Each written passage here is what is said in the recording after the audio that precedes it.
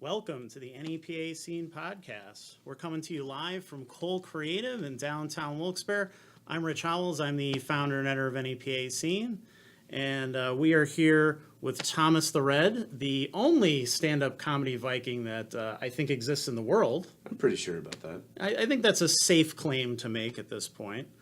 So we're going to talk about how this act got started at our open mic events and then developed over time, making people laugh with medieval weaponry, Pennsylvania sword laws, singing karaoke, his upcoming performances at the NEPA Scene Rising Talent final showcase this coming Tuesday at the V-Spot, as well as many other shows throughout the area within the next few weeks. So we're going to talk about all those shows and more. So we want you to join our conversation. We would love to hear from you. We would love your questions and comments. I'm sure you probably have plenty for this guy. I can't imagine that you wouldn't have comments about what's going on here tonight.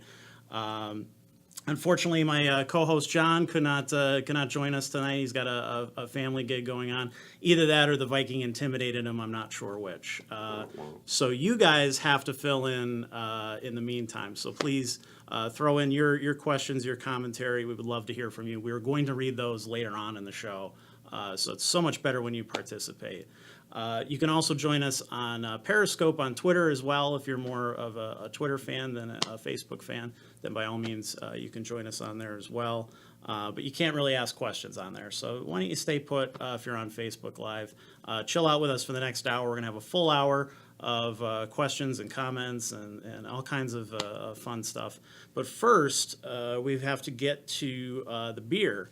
So It's always a good night. I think that's a top priority on this show always, especially since Beer Boy is a wonderful sponsor for us. They give us these huge crowlers every single week to drink, and they have 72 beers on tap, including usually at least 20 or so from Pennsylvania breweries. They support local just like we do. Tonight they have a $3 Blue Moon drafts in a free glass. And you can win tickets to the Blue Moon Birthday Bash at Montage Mountain Water Park on Friday, June 29th. So if you're not already get down there right now. Sounds like a good time. Yeah, there's always good stuff going on down there. And the patio's open. I was just down there earlier picking these up, and it was already packed. So looks like it's going to be a good night there. There's $3.50 personal pizzas and a half-price happy hour from 9 to 11. They also do entertainment on the weekends as well, so Fridays and Saturdays you can catch live music there. And they have a half-price happy hour every night of the week, so that's a pretty good deal. This week they gave us Blue Moon, of course, since that's the special tonight. Let's see. Avery White Rascal. That sounds interesting. And Einstock Icelandic White Ale. That sounds... I think I know which one I want to try. I think they chose that one specifically for you. I appreciate that. They're usually Very pretty kind good of you. about that. So thank you to Beer Boys for hooking us up yet again. A little taste of the homeland. Yeah, absolutely. We should probably be drinking from like some kind of giant... I did like bring- horn or something right now? Yeah, I left my horn in my car because unfortunately last show I went, there was a horn malfunction and some beer to be spilled. And people get upset when you spill beer, and not in the oh no alcohol abuse way. Skeld. Scald. Tastes like the blood of my enemies. Let's see. We are, Mr. Popko himself tuned in and said, who cuts his hair and what is his beard regimen? We will get to that in just a moment. We're going to plug our other sponsor, the V-Spot, which actually ties right into what we're going to be talking about tonight. V-Spot is one of the most popular bars in northeastern Pennsylvania with live entertainment every night of the week.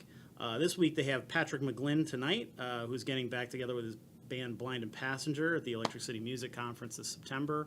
We had the exclusive on that a couple of weeks ago. So excited to see that. Dustin Drevich on Thursday, who we've had on the show before. Three Imaginary Boys on Friday. Molly Pitcherpath on Saturday. And DJ Huff is hosting karaoke on Sundays. I know you were a big fan of that. Oh, yeah.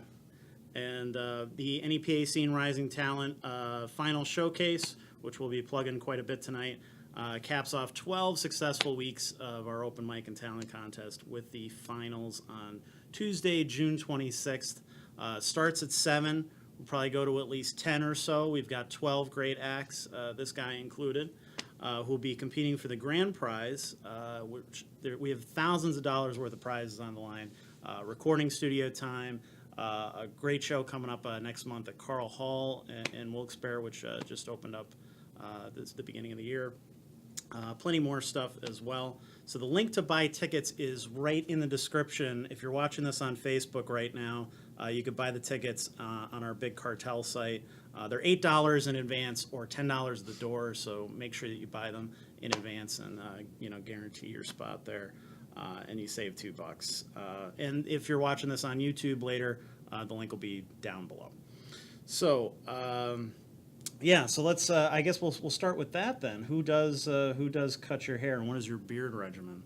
As far as beard regimen goes, I occasionally just trim it if it gets a little bit too crazy, because it's a fine line between Amish beard and Viking beard. The Vikings actually maintain their beards very well. You don't want it too long, because then you can grab it and get stabbed in the face. These are That's a good point. Types of things that I think about. As far as who does my hair, I actually do it myself mostly. Every day I get one of those, electric razors that you use for your face, but I use it on the side of my head.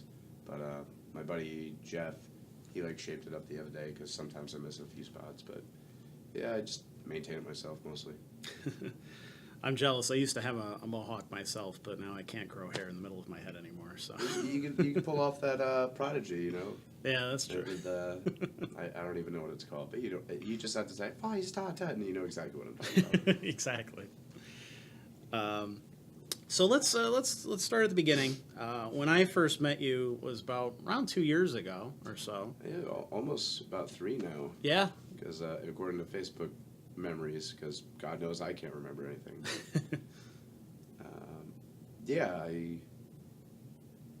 For years, a lot of people are like, "Tom, you're funny. You get drunk and tell funny stories at parties or whatever. Yeah. You should do stand-up." And I was like, I don't know. And then one day I was just like, Google, how do you do stand-up? And they're like, go to an open mic near my location. And it was NEPA Scene's Thursdays. And I wrote a set, and I did that set for a while because I used to be quite heavier. And, I met a lot of cool people around. And before, I'd lived in Scranton and up in Waymart for a while, but I never really made friends up here. Always drove down to the Poconos to, hang out with people.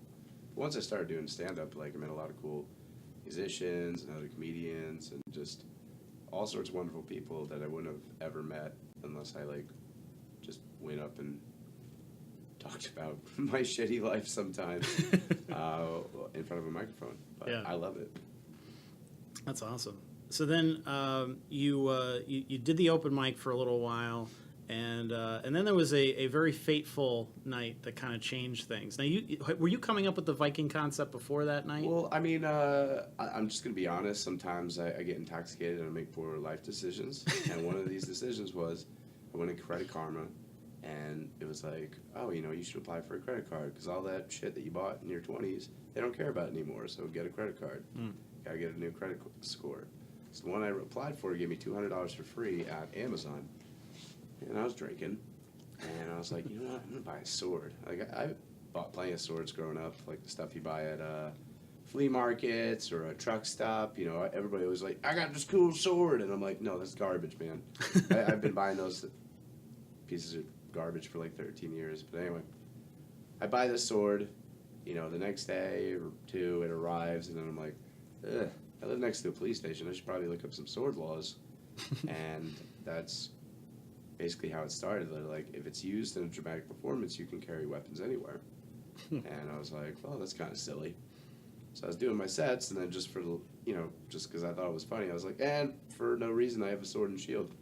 Because, again, poor life decisions, buy stuff off of Amazon for no reason. And I was like, well, I might as well try to use it in my act.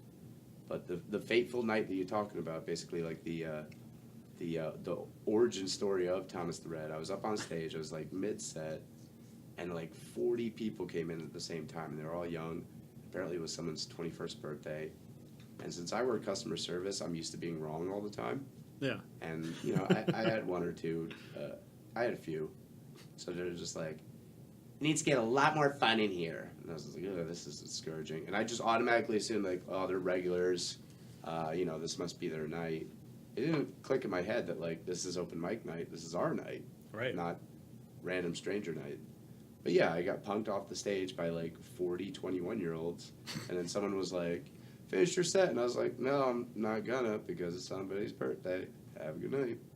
And it was eating me up inside. Like when I was driving home, I was like, "Man, you got punked out by a bunch of kids. You had a fucking sword in your hand. Like, what is wrong with you?" But then I was like, if you flipped out in like plain clothes, people would be all concerned. But if you're dressed as a character, then you can get away with a lot more nonsense. Right. I drive around with like 15 swords and axes and fake blood, and sometimes I'm covered in blood when I'm going home. Sometimes I headbutt a steel helmet because I had too much fun at the Rattler Bar. And if I wasn't dressed that way, I'd probably run to police a lot more. But yeah, that night I was like, if I'm a character, I could have just been like, away with you peasants, Right. and I'll cut all your heads off. If I say that in real life, people are gonna be like, all right. Yeah, somebody's gonna Let's call call the cops. the Although sometimes people do call cops. I'll tell you that story later. I want to keep on topic with what we want to talk about. I have plenty of stupid Thomas the Red moments, I can tell you that. That's why you got to stay tuned to the full hour and get all those stories. Absolutely. So then, how long did it take you to come back with the Viking idea and to start the Thomas the Red character? Well, I mean, I've always loved Halloween. I've always loved designing costumes. Obviously I'm a big fantasy nerd. Grew up reading Tolkien, Game of Thrones, all that type of stuff. Playing RPGs, playing Skyrim forever. And, I make fun of anime kids in my sets a lot. But, everything that I make fun of in my sets, I was that person at one time. It's mostly depreciation. Right. Because, I bought katana swords before, and then just from a functional standpoint, they're not as good, in my opinion. But then the other side of that was, wait, I come from my own warrior culture. Why would I pretend to be a samurai when I actually am a Viking? So, I bought the sword and shield, and I was like, you know what, I should buy a costume. And then I bought a costume, and then I bought more stuff. And then I remember the day that I bought the coyote pelt, because, I was on the way to a mic with, I think Elliot was there, and Brian Walsh, and Joey Tepedino, a couple of the local guys, and we were all driving to Binghamton, I believe. And I was like, yo, guys, I just totally bought a coyote pelt for $50. And they're like, Tom, what kind of crazy-ass life do you live? It's such a good price. And, Brian's like, I don't know anything about your fur prices. I love Brian's reaction, Brian Walsh's reactions to me. He has so much fake contempt for me, or real, I have no idea. But I love every minute of it. If I ever have any sort of success whatsoever, I just want my special to have 5 minutes of Brian Walsh smoking a cigarette and talking shit about me in a parking lot. I think it'd be amazing.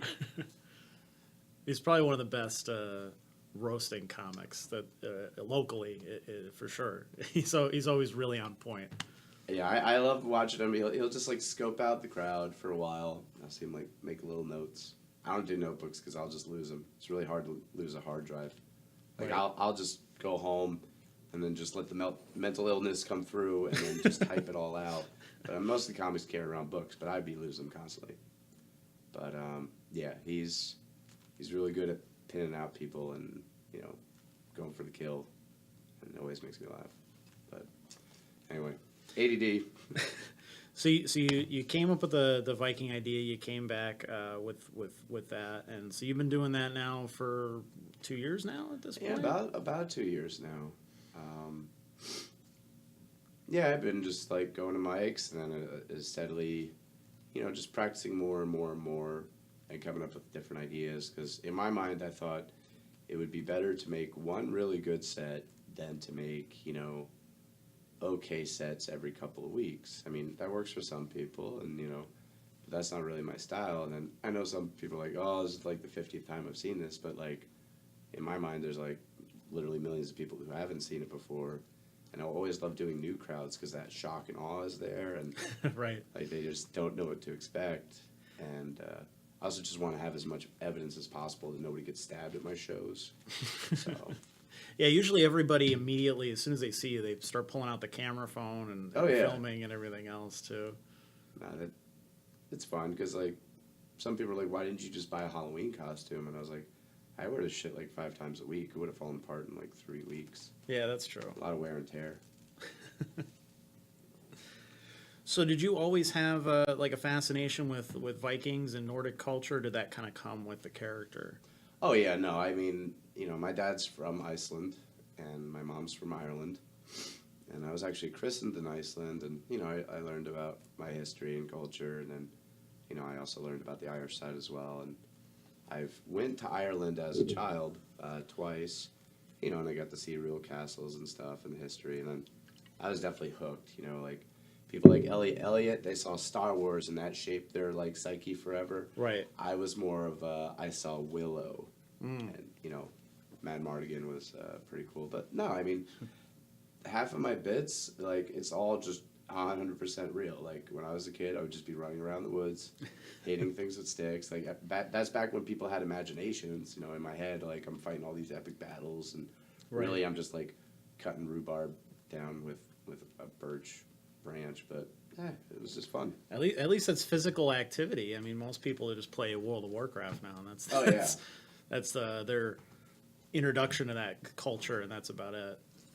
It's about where it ends. Yeah, pretty much. So, from the time that you first started till now, how do you feel that you've developed, or you've changed, or you've gotten better at what you do? Well, I've basically I was like, well, if you're gonna do something, you got to do it right. So like I kind of look at it as method acting.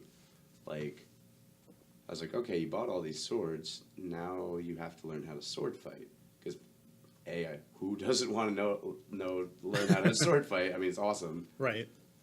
But again, I have to add like, credence and legitimacy to my act. I could be like, hey, I'm not just a dickhead who bought a bunch of swords. Like I'm a martial artist. That's why I have all these swords. But no, I practice a lot with weapons because it's important for my act. Obviously, I'm in a bar and drunk people and stupid people, and I always try to remind venues that I'm a former law enforcement agent, as hard as that is to believe. 15 years of private security experience, and like I'm careful with my stuff, and I really love music. I used to be a musician. I used to be a vocalist in a metal band. I'm not even going to plug the band because it was just me and my brother and dumb friends in high school. But I've always appreciated music, and while writing jokes, I time it to music. So because the way that I think about it, it's not necessarily a stand-up performance. It's just more of a dramatic performance. Like it's a scene from a movie. And if you watch a movie without the soundtrack, it's not nearly as impactful. Right. And the whole reason I did that is like when I performed around here, like the second time I was ever on stage, I went to an all music mic. That was my first mistake. I felt really good. I had a good set the night before at the Sherman. I'm like, yeah, I'm going to be a comedian. I go up there, and there's like a dude like 5 feet away from me, big giant biker dude, just talking top of his voice the whole time through my entire set. I didn't remember half of my punchlines and jokes, and I just felt like shit. But I was like, all right, I have really bad ADD. But you can be the funniest comic in the world. If someone misses like 3 or 4 words from your joke, and then if they trail off, eventually they're just going to tune you out. Right. So I was like, all right, well, what would keep my attention? I'm going to have a blaring-ass soundtrack. I'm going to have a weapon. I'm going to have a kick-ass costume. And I'm going to scream, and I'm going to walk around. They're like, oh, it's stand-up comedy. I'm like, fuck that. I'm getting a wireless mic. They're like, oh, don't fuck up our sound system. Well, fuck you. I'm going to get my own sound system. I just went I know people don't like this word, but I always go full retard. That's the way I look at it. And that's not making fun of the mentally disadvantaged. Because technically I'm mentally disadvantaged, so I'm allowed to use that word, I guess. It's a movie reference. Yeah, it's a movie reference. Thank you for helping me dodge that hole. Absolutely. It's tough.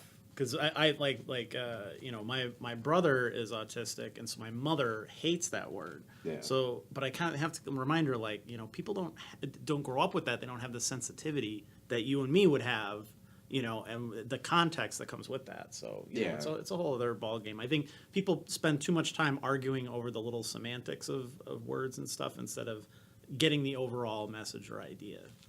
Yeah, it's basically about a movie reference. Yeah. So anyway. So, what kinds of reactions were you getting? Were right away? Were people totally interested in this thing, or were they completely confused? So I get 3 main reactions. I get yeah, fuck yeah, that's awesome. Or my favorite is the smarmy, over the hill cheerleader, or fat jock dad. Oh, so why are you dressed like that? Look at this dickhead friend's look at this guy. And I'm I get paid money to play with swords and tell jokes and drink beer. What do you do with your life? I work retail. Cool. Go fold me some pants. Don't treat me like I'm a jerk off because I'm enjoying my life and I just don't give a fuck. So, yeah, they're why are you dressed like a Viking? Because it's awesome. Right. I'm having a blast and I make other people have a blast. I'll go to bars and stuff, and they're let's take selfies. I'm all about just, spreading love. Let's just have a good time. Like, if we're a professional partier, basically. Just psych people up, and, let's get hammered for no reason. I mean, it's the way he's paid. Everybody just does that. Well, that's got to help with the marketing of it, too, because I see everywhere you go, people want to take pictures with you, people want to take videos and stuff, so it's pretty easy to get the word out about what you're doing. Well, yeah, I mean, that's the main thing. I'm a walking billboard. Why is this happening? Well, and then I eventually got business cards because I got sick of having that 20-minute conversation. Right. And I'm this is why. And, it seems to work out because, a normal comedian, tell your set, you walk off stage, no one knows who you are. If you're wearing a costume, everyone's why is this happening? And then just weird stuff happens. A couple of months ago, the WWE was in town, and I just stopped on my way home to get a 6-pack from somewhere, and then everyone thought I was in the WWE, and I'm no, I'm just an asshole dressed up like a Viking, but thanks. People think I'm more legit than I am just because I spent thousands of dollars on weapons and armor. Right. Well, it's funny because, I'll try to tell people about you and what you're doing and stuff like that, and they're like, oh, yeah, I've seen that guy. I've seen him walking downtown somewhere. I've seen him, I saw him at this bar or that bar and stuff. So, obviously, the word is getting out pretty easily about what you're doing. Well, yeah, I mean, I haven't had the police called on me yet. I think the funniest moment ever, I was in Dunmore. I wasn't in armor or anything. And I guess I was taking too long to back up because I was texting or doing something. Yeah. And someone honked the horn at me and yelled, "Go back to Narnia." And it wasn't one of my friends. It wasn't it wasn't anybody that I knew, but they knew who I was. So I was like, "Yeah, you made it. Go back to Narnia." But no, yeah, I think they got their references mixed up, though. I get constant bad references. Freedom! And I'm wrong culture. Yeah, totally. This is Sparta. No, it's not. And then I actually watched Game of Thrones because people kept, yelling Game of Thrones references at me. Mm-hmm. And well, it just looks like Game of Thrones. I'm no, Game of Thrones looks like what we used to dress like, so. Right. The nerd rage. Get it right! See, that's as a nerd, that's immediately what I think. Oh yeah, my two-handed sword. Actually. Yeah. Well, actually happens so often. The nerd, people do not understand how dangerous nerd. This is nerd rage, all right? This is nerd rage. Yes. You do not mess with nerd rage. You're the pure manifestation. They will spend 15 years studying manuscripts about a sword fight. I love being a nerd. It was funny, we were at that, Tim Hebert and Katie Evans' wedding, Yeah. We were there, and it was a beautiful wedding. And there was like a 12-year-old boy, and it was so strange. It was like meeting myself when I was early. He was like socially awkward, and he knew how to sing, and then he was like, yeah, middle school is kind of rough. And I was like, listen, man, just keep being weird, and then in college you're gonna be so awesome. Like, it was almost like I was like, no, don't let them kill your dreams. Don't be intimidated by a bunch of kids that wear tap out T-shirts. Like, Right. you want to sing, go ahead and sing. You want to dance, go ahead and dance. Don't let those kids stop you. So you're already inspiring the children. Yeah, well, absolutely.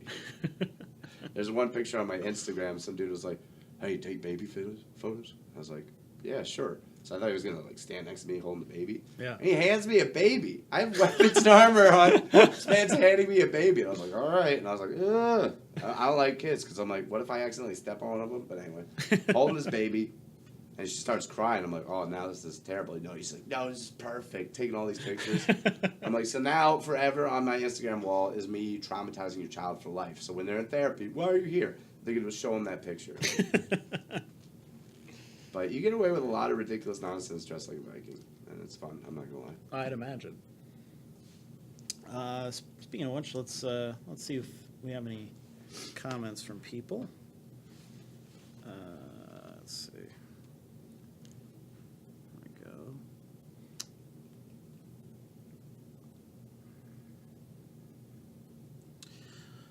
go. Scott Koharchik had a good question. If I could, there it is. Any ideas for a potential next or additional character? Is it something that you would want to develop beyond that, or are you going to stick to the Viking?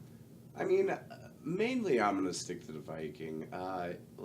My idea eventually is to either turn this into a one-man play, or this is just one show and I can adapt it depending on the situation.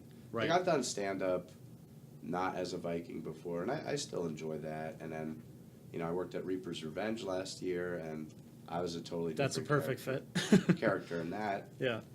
I played just a psychopathic prison guard, and that was very easy for me to do. And then the same summer, I was in an independent film called Grandma Werewolf, and I played a sniper who hunted down werewolves. So, if I found enough people that were interested in maybe doing sketch comedy, I could definitely think about doing other characters. But as of right now, I've invested far enough money in just one character. So, the one good thing about comedy, though, is there's really no age limit or peak. That's the way that I think about it. You only have to rely on yourself. You can look at my father, Olaf Sigurdsson. I'm still going to look like a Viking when I'm in my 70s. Right. And, you just get better and better with age and more time and experience. So, it all depends. It all depends on what opportunities come across my way. And, things have been pretty good lately, so who knows? Fair enough. Mr. Jason Reedmiller, this is Rich's T-shirt, swoon. Thank you for noticing. I just noticed. Now I feel like a dick. He wore a fucking Thor T-shirt to a Viking interview. I try to coordinate a little bit sometimes, not always, but I mean, as a nerd, I can't, You want to wear a helmet? Oh, that's a good idea. That is a good idea. Yeah, that's a great idea. All right, now you gotta watch the straps. Right. I'm there to help you this time. It is much heavier than you would have imagined it to Oh be yeah, by everyone looking like at one it. time some drunk girl was like, she came up and just full on punched my shield as hard as she could, and she went ow, and I'm like, what's wrong with you? She's like, I didn't know it was real. And then someone was like, so what happened here? And I was like, I blocked a sword. She's like, what? I sword fights. It's fun. Yeah, that's what it's for, right? Yeah, it's to block swords so you don't die. Katie Evans, actually, we were just talking about her wedding. She said, you were a hit at the wedding. We love you, Thomas the Red. I thought, I did get a little video of it. I'll have to post it for you guys at some point, maybe on our Facebook or something, of you singing. You have a beautiful voice. Well, thank you very much. I appreciate that. No, that was a perfect wedding. I enjoyed myself greatly, and I appreciate them letting me sing for them. And I think someone, when I posted, was like, will you sing on air tonight? And I was like, I don't know. I mean, I kind of have a cold, but, I don't know. Maybe we'll do an outro. You know, once we get to all the topics we want to talk about. Maybe I'll say. Yeah, there we go. So put in your requests, I guess, if you would like, because you do karaoke and stuff, and a lot of times you'll show up in costume, Mm-hmm. and I'm sure people probably get a kick out of that too. Oh yeah, absolutely. That's just another way to, just self-promote. Because like, all right, like I used to be a socially awkward fat dude most of my life, so I'm used to like people staring at me all the time. So like my theory was like, all right, I'm used to you motherfuckers staring at me and making fun of me all the time anyway. So if you're gonna do it, stare at me and make fun of me when I'm doing something I'm good at. Right. And I basically like to fuck with people, so I'll like be coming in covered in blood, looking insane, and then I'll sing like "My Heart Will Go On" by Celine Dion. No one ever expects it. Or I'll sing some metal and then do something sappy because like I've been singing since I was about 5. I was in a lot of church choir, and my grandfather was actually an opera singer. Oh, really? And and I've been in bands before, but the thing with bands is, when I always joke about them as like the drummer's in 10 bands. Yeah. The guitarist has a drug or girlfriend problem. Right. The bassist never shows up to practice, and the vocalist is an egotistical asshole. I was a vocalist, so I can say that. But yeah, it's hard enough keeping your own shit together, let alone 5 or 6 other dudes. I mean, Right. ask any band in Northeastern Pennsylvania how many band changes that they've had, and it's just a nightmare. Right. So all I have to worry about is like, where's your sword? Where's this? Where's your dildo? Oh, I brought it because I'm sure it'd be funny. Oh, good. Well, Funny topic later. if there's anything that you need to bring to an interview, it's certainly a dildo. Absolutely. Let's see who else we got here. Vinny, who runs the V Spots, says that dude nails Celine Dion like a regular's nail parked cars.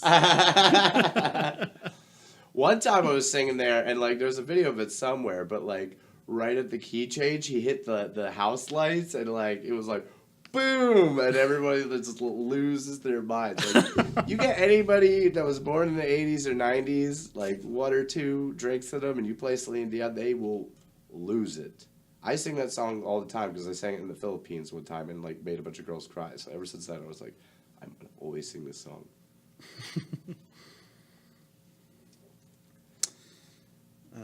Bobby Keller says, take a shot every time he says Game of Thrones. I think we only talked about it like once. That was Well, yeah, no, that's the usual reaction. It's like, I always get like the nerd hate from some people, like, oh, you're a LARPist. Like one guy said, like, so if somebody hits you in the arm, do you like pretend it's broken? I'm like, only if they break it. They're like, what? And I'm like, what do you not understand? I do MMA with weapons. And then one guy was like, oh, that's not real. Like jujitsu, and I was like, let me hit you inside the head with this real quick and tell me if it feels real or not. Right. Idiots. So speaking of which, are you into there's a whole cosplay culture now with that? Mm-hmm. Do you consider what you're doing cosplay? Is it in that vein or? I mean, I guess you could kind of say it is. I mean, I usually tag cosplay on my Instagram just because it's an interesting hobby, but a lot of people are always like, who are you supposed to be? And I'm just like, I'm myself in armor. That's all I am. Yeah. And the whole reason why I picked Thomas the Red is because Thomas Sigerson, everybody has butchered my name like coming on the stage. Oh, for sure. And, the 2 S's at the end really like throw people off. But I'm a direct descendant of Leif Erikson, whose father was Eric the Red. So Thomas the Red made sense. And people are like, oh, that's bullshit. Like one dude at the V-Spot, he's all drunk. He's like, no, you're making that up. And I'm like, go ahead and Google it. So what if you were? It's a good fucking story. Absolutely. So with LARPing too, I think people have that certain derision about what it is and that kind of thing. Do you actually go out with groups and get involved with that part of it, or? Well, so I would say there's 5 categories of psychopathic people that play with weapons on a regular basis. It starts off with the LARPers.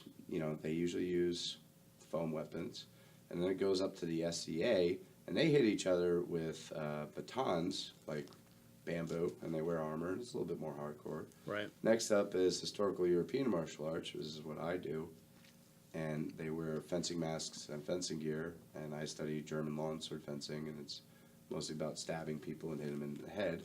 That's why you wear the gear. Then you have the reenactors, the Viking reenactments, crazy Slavic people that throw logs at people for no reason. And then at the high end of it, you have the Armored Combat League, Bowherds, all those types of dudes. I post videos of those types of things all the time on my feed. And basically, I'm saving up for full plate mail to train with the Armored Combat League as soon as possible. And yeah, it's hitting people with real steel weapons, and just, it's crazy. And I know it sounds crazy, but just imagine how cool football would be if they were also hitting each other with axes. It'd be amazing. Oh, it'd be way cooler. Yeah, I hate football. Well, that's one of the interesting things that I like about your act too, is that it's not this like. And there's way too much of this in our culture, this false, fake, bullshit masculinity, garbage stuff that, just because you like fucking sports does not make you tough. Wearing a jersey does not make you tough. My theory is being a football player in high school 20 fucking years ago, and now you have a beer gut, you're still not fucking tough. There's so much of this like bullshit posturing, especially in bars where you're doing this type of stuff. It's hilarious. And you're kind of you're dressing like, oh, I'm a big tough guy, and then you're making fun of that in your act, which I think is great. Yeah, like. Overall, I think everyone is a dork. Like, sports fans is a perfect example. I had a friend of mine. She was like, yeah, I'm making my boyfriend a Giants cake.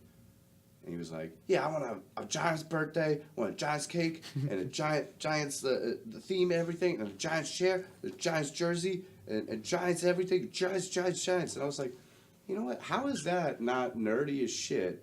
Like, I never had a Skyrim birthday party. I never burnt a city down because I lost a match at Halo. Right. Like, let's get, like, I think everyone's a dork. Same with, like, the dudes that walk around with the tactical pants. Yeah. And they're always open and carrying. Like, I got a quick story that's funny about that. I was at Old Time Charlie's, which I'm doing a show soon at June 29th. Whoop, plug. I talked to the owner. I was doing that, and then I walk out, and then the dude, he comes out, like, the bouncer walk. You know the bouncer walk. Sure. Hi. Can't be walking around like that. It's like, hey, what's wrong? You got live weapons. Like, you're making everybody nervous. That's dangerous. I'm like, well, why don't you go talk to your boss? I was just talking to your boss, and I'm Thomas Red. I'm here all the time. I sing, and fucking sing Celine Dion will swing the sword around it. Everybody loves it, Oh, I don't work here. Like, oh, well, go fuck yourself and mind your own goddamn business. Like, what is wrong with you people? Like, some people always give me shit about the weapons or whatever, and I was like, all right, there was a middle school teacher who was like, I want to teach gun safety. Completely sober. Right. Shoots a kid in the chest. Yep. I've done 100+ performances with a few beers in me. No one's ever gotten stabbed. Knock on wood. Knock on wood. Safety first. I mean, sometimes silly things happen. That's why I always tell people, stay in your chairs. Right. Don't get the weapons. Give me a little bit of clearance room, because, like at the Rattler show, I had the holstered, and then I pulled this one out, and then the hex flew. And I was like, you know what? And I hadn't had one drop of liquor. I was like, of course the axe flows when I haven't had any beer. Right. I was just like, oh well. But yeah, you take I think pretty good care of your stuff that nobody's getting a hold of it and swinging around or hitting anybody or anything like that. I've never seen anything like that. No, it's just instant reaction from my previous experience and previous jobs. Like one time a drunk dude came up to me and was like, "Hey, is that real?" And then just without even thinking about it, put him in a wrist lock because I was my. You don't want him to grab it. Like if I see a hand going here, I'm just instantly whoop. Yeah. I was even at Kildare's one time, and then I was about to go sing, and he was like, "Let me see that spear. Let me see how sharp it is." And it was one of the bouncers, and I wasn't aware of that. And I was like, "Hell no!" And he's like, "Well, then you can't perform." I was like, "Wait, I didn't know you worked here." And then he was like, "Ooh," and I was like, "Listen, man, isn't it good that my first reaction that some dude is yelling, 'Let me see your weapon,' that I say no?" Right. He's like, "Good point." Have you had any run-ins with law enforcement at any point? Well,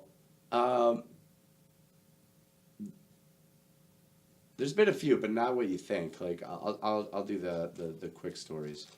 So when I first bought the sword, I was practicing inside and practicing in my basement. My form was bad because you gotta hold it up higher, and then my ceiling had a few stab marks in it. I was like, all right, let me see about working outside. And I literally live next to the police station, so I was like, I hope I don't get shot. So I was like, let me call him first. So I call him up, and I'm like, hey, this isn't a prank call. I live next door. Can I practice with swords in my backyard? And they're like, let me check. Yeah, you're good. All right, well, thank you for it. Click. Like, he didn't even... So I guarantee every time I'm out there, they're just, like, laughing their ass off in the security camera. Or one time, like, I was practicing, like, with my buddy at, like, I don't know, 12:45 after a few beers. And I was like, clang, clang, clang. And they're like, hey. Oh, it's just you. All right. So, like, I'm just waiting for one day, like, some cop just has a PTSD episode. It's like, ah! And I'll just be like, die. Be a good way to go out. But in Bethlehem, in some of my bigger shows, I have my buddy, I just know him as Moose, because he's the only one who's dumb enough to sword fight with me for real. Yeah. We do some stage fighting in some of the bigger shows, because like he'll just butt in and be like, this is lame, and now we're going to fight. Because I think that's hilarious, because how many sword fights have you ever seen, let alone at a comedy show? Right. So we'll bring it out in the street, and then when we're in Bethlehem, like, Scranton doesn't have a problem with it, Stroudsburg doesn't have a problem with it, but those southern pussies in Bethlehem, it doesn't help that, like, Moose kind of, like, a car stopped in the middle of the road, and then Moose was like, out of the way, peasant, and it happened to be an off-duty police officer, and then, we're clanging, and he was like, I gotta call this in. I'm like, you don't need to call this in. It's your day off. So they came, and then they're like, what's going on, fellas? I'm like, do you not see that we're dressed like Renaissance fair assholes? Like, we're not actually trying to kill each other. And they're like, fine. And then I was like, can we take some stupid pictures of us like, getting fake arrested? They're like, no, we got things to do. And I was like, they don't have things to do. You showed up to this. Dicks. One time I almost got arrested in Bethlehem because I threw a shopping cart down a hill. I was not driving, so I'm allowed to tell this story. And I was so drunk that, like, I didn't realize the cops were not real cops. They were the Bethlehem, like, university cops, and, like, basically, like, a yellow and blue shirted Paul Blart cop came. I'm like, I'm sorry, officer. I didn't mean an officer. I'll never up again, officer. And then my friends were just laughing in the background. I'm like, he's so trash that he doesn't know they're rent-a-cops. But anyway. But yeah, no, on my Instagram, I'm taking pictures of cops, like, happened once at Sheets, like, yeah. It was after a show, and I was like, I walked into Sheets. I go in there all the time, but I was like, did you leave your knife in your belt? Oh, you left your knife in your belt. Oh, I don't know these cops. Shit. And then, hi. Gotta take a selfie. I'm like, no! If we're gonna take a picture, we're gonna take it right. So I ran outside, I was like, do you mind if I grab my shield? You can grab whatever you want, buddy. And I was like, all right. So I got the manager to take a picture of, like, me and two cops, and I was just like, this isn't real life. This is ridiculous. It's great. But yeah, you can get away with a lot of nonsense when you're dressed like a Viking. That's the thing too. Is I think people have such you see so many incidents in the news, that make cops look bad. On average, most of them are really cool and they're down to earth and they don't want trouble and they just want to, like, I see that all the time. Like, I see more instances of people, like, having a good time with cops and people being good than the exception to the rule where, somebody's being a dick or, pulling their gun before they should have or anything like that. I mean, in cases like that, I think they're looking at it as, like, is this guy actually a threat? Well, like, pretty much my thought on that is, like, we just have a lot more exposure to stories nowadays because everybody has a smartphone. Right. So statistically, the world's a lot safer than it's ever been, but you hear about these things more often because of guns. I mean, there's definitely problems with law enforcement. There's definitely some issues that need to be addressed. But for sure. By and large, if you're not causing trouble, they're not going to give you a problem. I think a lot of them have a sense of humor. Yeah. About it, for sure. sure. No, I mean, they see me all the time and, like, just like, what's up, man? Like, I'm not going to lie. Like, I even saw a cop today, like, get a pack of cigarettes at Junior's, and I was like, how you doing, officer? And I was, like, just in the back of my mind, I was like, I kind of feel like a superhero right now. Just like, I know the cops. Right. They're like, another day on the job. Yep. Hard day of being an asshole, just like a Viking. Maybe I'll just start solving, like, petty crimes in the streets of Scranton. There you go. I mean, at the very least, you could be the guy who just, like, chases somebody away. You know, somebody's trying to rob the place, and you come in and intimidate them. Yeah, I'll walk people to their cars after the office or whatever. Tommy Stone. Oh, boy. Says, Tom challenges Conor McGregor to a UFC fight. That would be interesting. No, I don't. That man is a trained fighter for many, many years. I'm just, I've done a lot of crazy things, but no. Do not challenge Conor McGregor to a fight. I challenged Tommy Stone to a fight, and I'm going to slap you around like a little bitch that you are in a parking lot. How about that? Well, he says he has gotten slapped in the face at 2 of your shows. He has, and he's an absolute trooper for putting up with that. And I think I left a welt last time. Like, Tommy, when you get a chance, just post a video of the original slap. Like, it's comedic gold. And I appreciate him and Moose for taking all the bumps and licks that they do. Now, don't get me wrong. I walk home, I find constant, like, oh, where's that cut? Where's that bruise? Because I beat the shit out of my body when I do my act. That's got to be, it's got to be tough on, like, to carry around all that armor. That's heavy as hell. Is it sweaty and tough to walk around in that after a while, or you just get used to it at this point? Well, I mean, that's the beauty of UC, that I used to be morbidly obese. So, like, my body was used to carrying a lot more weight than now. Like, I weigh 189. I used to weigh 400. So 80 pounds of armor, my body's like, meh, whatever. And you gotta suffer for the art. And I already know I look like, gives me +2 to hotness if I'm wearing all the armor. That's true. I mean, like, some guys are like, hey, why is everyone talking about that? And I'm like, think about it this way, dude. If you saw a solid 6 dressed like Xena Warrior Princess walking down the street, you know you're gonna go talk to her. So why do you think women would be any different? Right. That's a good point. But so we were talking about the Sherman Theater. So you've become popular at the open mic down there, the Sherman Showcase. You've done shows at the V Spot, the Irish Wolf Pub, the Keys, Border Bar. What were maybe your best or most memorable shows that you've had? Do you think? Well, to be honest, the ones that stick out the most is when I did incredibly shitty. Because, in my opinion, nobody learns anything from doing really well. I can always remember the times where I messed up terribly. Like, I did a show at a gay bar that's in Wilkes-Barre that'll remain anonymous, but there's not very many, so you can probably read between the lines. It was early on in my act, and they told me to get there at 8. I got there at 8. And I didn't perform until 12:30. So what is the straight dude going to do at a bar from 8 till 12:30? I drank a little bit too much, and I did terrible, and I felt terrible. But any time that I've bombed or I've done something stupid, I'm like, rather than giving up, I go home and I'm like, what did you do wrong? And I change the act or change my behavior. Mostly change my behavior. And just adapt and get better. Like, you know, that's why I got my own sound equipment, because I got tired of, like, you know, dealing with people. Of, like, you know, just like, oh, the sound equipment is... And I'm like, let's just get my own. Right, then you don't have to worry about it. And, like, I just think it's hilarious. I'm like, all right, 10 minutes of jokes. I'm going to bring $10,000 worth of sound equipment and armor and weapons, and take 2.5 hours to get ready. And, like, half of it's just like, why does he need all this for 10 minutes of jokes? Like, it's worth it. Because it's funny. That's why they're real weapons, because it's funnier. Right. Well, it's amazing to me that you haven't run into more issues because, you know, with guns being such a hot button issue and people talking about open carry and all that kind of stuff, and you're carrying around what could be a deadly weapon in many cases, and you don't seem to have as many issues.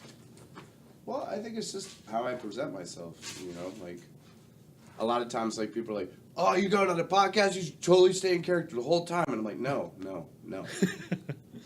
Because I get pretty insane and intense in my acts, and I noticed early on, like, I used to just, like, just show up to a venue, like, right before I'm on, just, Right. like... Looking crazy. And they're like, no. So, after years of customer service, I have to be like, all right, be nice, Tom, and yeah, nothing's gonna happen, and nice to meet you, and hug some babies, and then, all right, cool, and then, dun, dun, dun. I know, like, Right. I have to, like, let people know that I'm not actually insane. That's important. Yeah. Colleen Pauly, a friend of mine from high school. It's cool to see her tune in. Oh my God, I want a Skyrim birthday party. I do parties.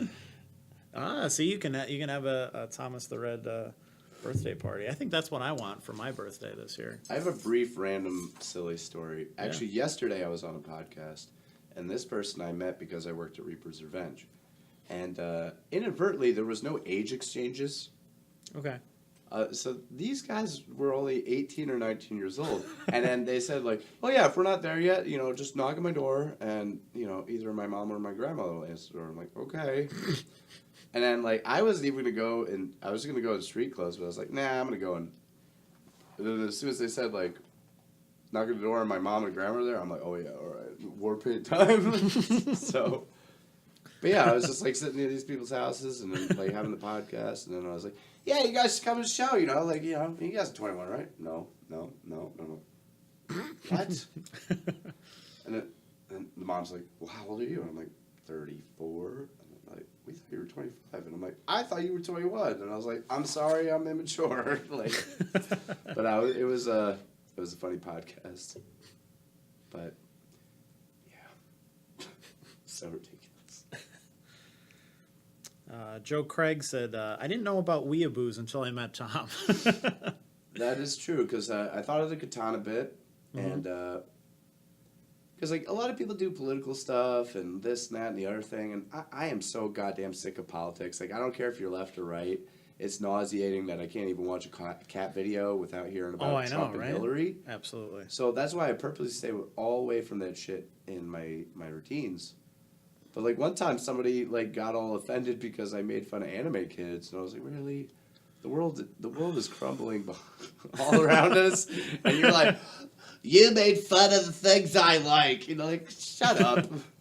You know what? I feel like the people who do this, and you see it all the time on Facebook and wherever else, people take those because they're the easy fights. Like when it comes to actually, like, you want to really talk politics or religion or something like that, you find out you get schooled pretty quickly because there's always going to be somebody who knows way more about that stuff than you do, who's actually read about this stuff, and you're going to get schooled pretty quick. So it's easy to just get offended about something stupid like that. Oh, absolutely. It has nothing to do with anything that nobody cares about.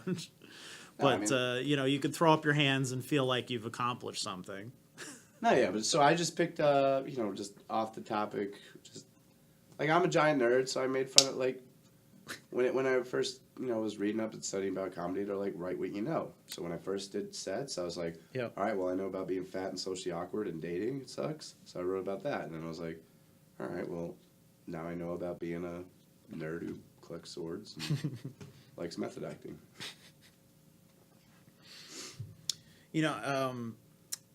Before we wrap up, I saw a picture of you with the singer of Green Jello or Green Jelly, depending on how you want to pronounce their name, because they've had to change it over the years.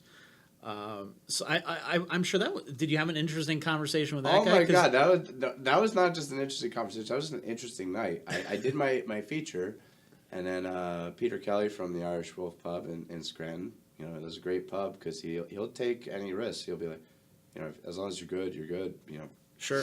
But he was like, I won't do an offensive Irish accent. But he's like, hey Tom, why don't you come up here after your set and then, see Green Jelly. And I was like, all right, cool. And then they were like, hey, why don't you do a set? I was like, all right. So I did a set, and then after my set, he was like, hey, you wanna be Green Jelly tonight? I was like, all right. He's like, all right, play drums on a trash can. I was like, cool. So I got my trash can, I got a bunch of weapons, and then I jammed out with Green Jelly for like 2 hours. That's so playing awesome. weapons as percussion instruments. And then I actually was going to knight him during my set, but then, like, I don't know, I guess he was getting high or something. And he's like, oh, shit, I forgot. And he was like, well, we'll take that picture real quick. So, like, yeah, I knighted a rock star. That's fucking pretty awesome. For just being an asshole with swords. Yeah, he seems like a cool dude. And I thought, you couldn't find a better act to go with yours, considering he does the theatrical stuff and the costumes and everything else with his band. So, and I think he said he has the most members of any band ever. I think there's over, I think it was over 200 or some across the country. It was, that he's kind of if it's just a one night thing or a couple nights. Well, yeah, I did some research about it, and basically they started in like the 1980s as a comedy punk band, and like that was cool.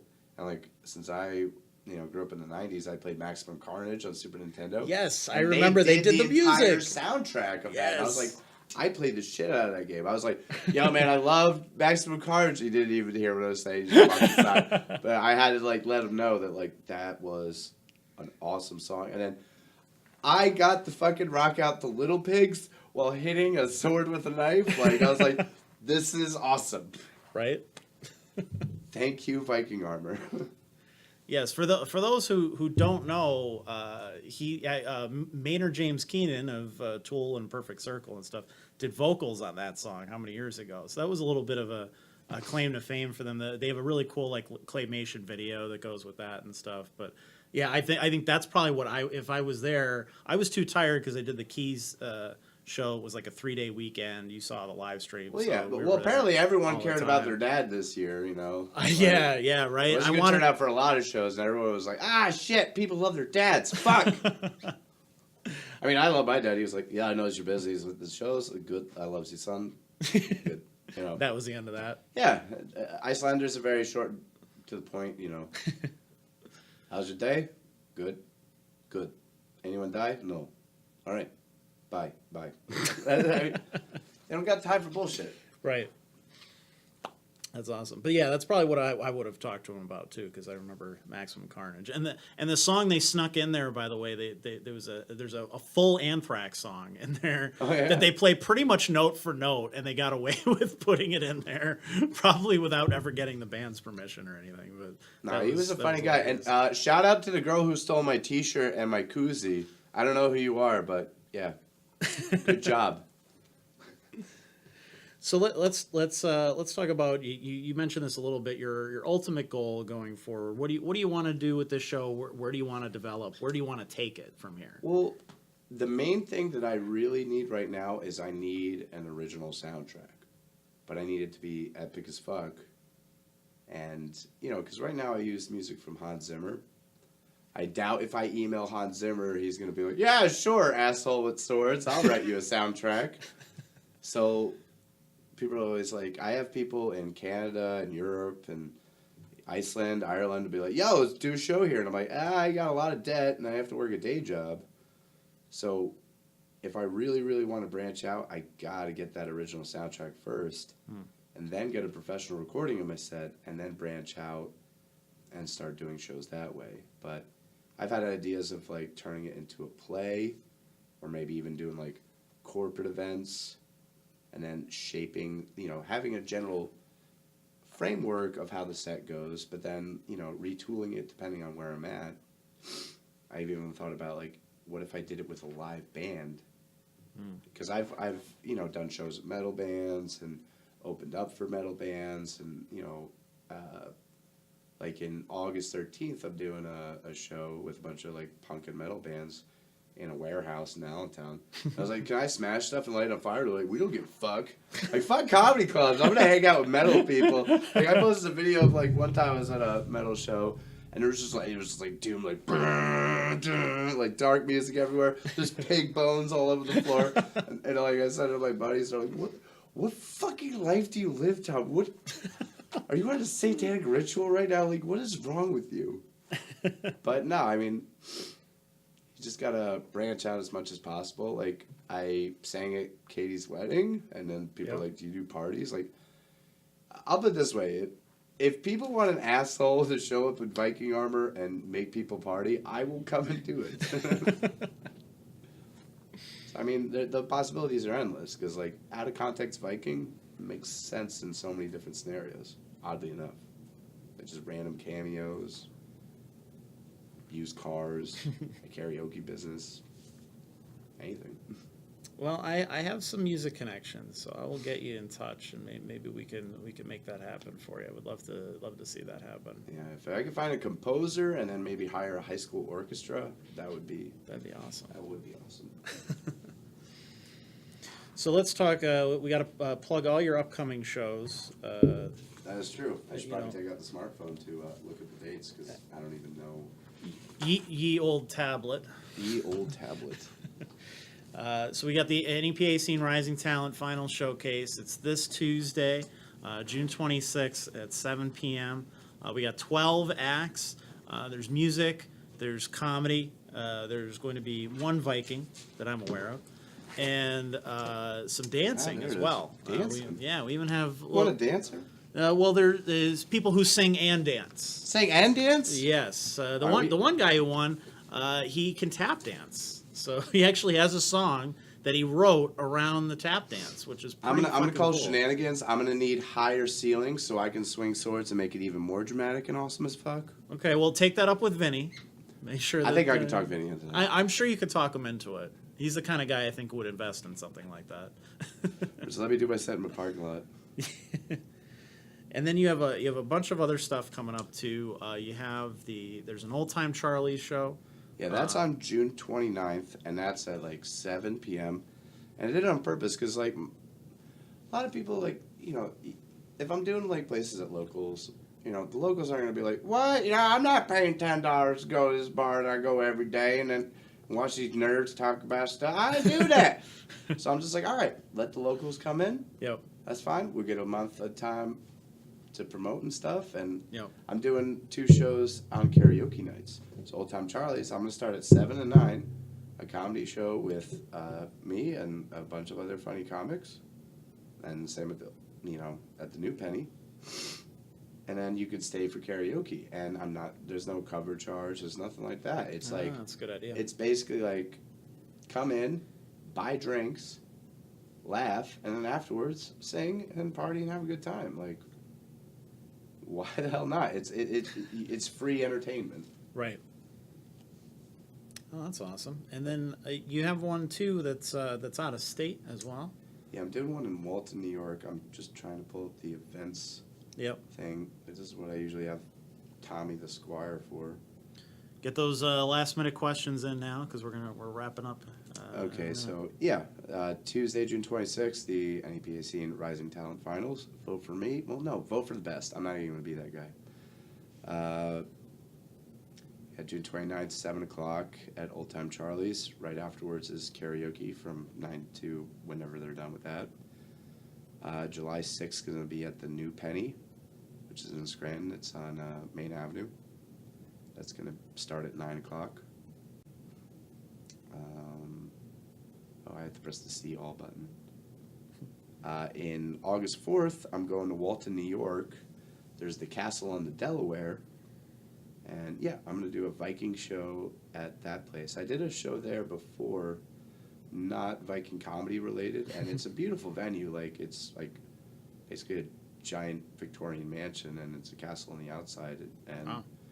really, really high ceilings, so I can really open up in there. There So you go. I'm going to do lots of craziness in there.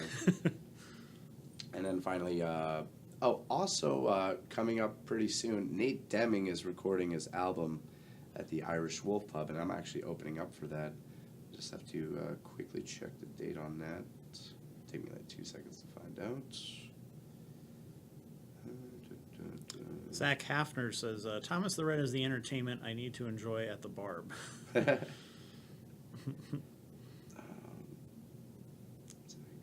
And Aaron Spain, hey Aaron, we've had Aaron and her husband Mickey on the show before.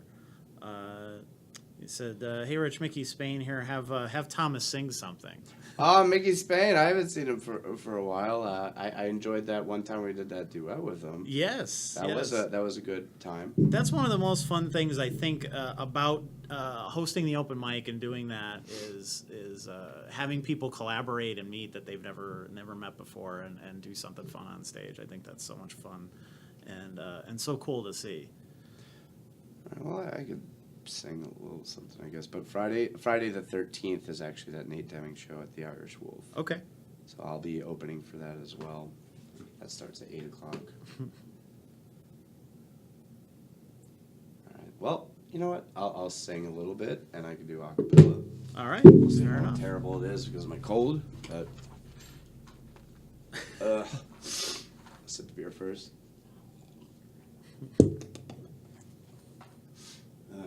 We'll see how bad this goes.